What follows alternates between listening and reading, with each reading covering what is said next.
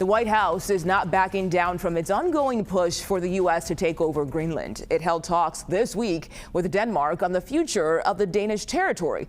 Earlier this week, Secretary of State Marco Rubio told lawmakers the administration's goal is to buy the island, but the White House is not ruling out the use of military force. CBS News foreign correspondent Ramy Inocencio has been digging into the response from Denmark.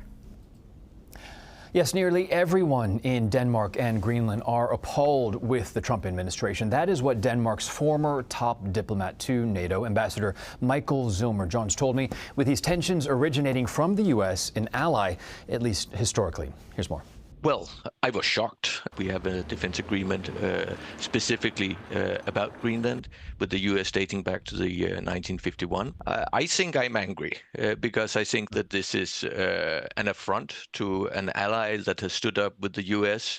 In Afghanistan, in Iraq, all over the world. So I think it's totally ungrateful. Strong words from a man of diplomacy over the decades. He also reasoned that the U.S. has everything it needs in Greenland, including a space base that it operates called Pituffik. But if Washington wanted more access for stronger regional security, like against Russia, the U.S. could walk through an open door, he says, if they just talked and they didn't threaten.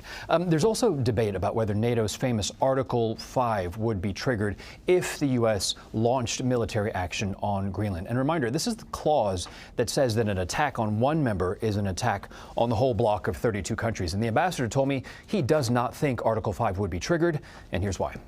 Because it's a conflict inside NATO and not between NATO and a foreign power. But should it happen, then at the end of the day, I think that the Danish government would tell the Danish troops to stand down. Because, of course, a military conflict between the world's greatest military power and small Denmark, that is an inevitable result. And the ambassador also told me the U.S. is acting like an imperialist as President Trump tries to expand America's sphere of control across the Western Hemisphere. But he also predicts this ideology will end when President Trump leaves office. Back to you.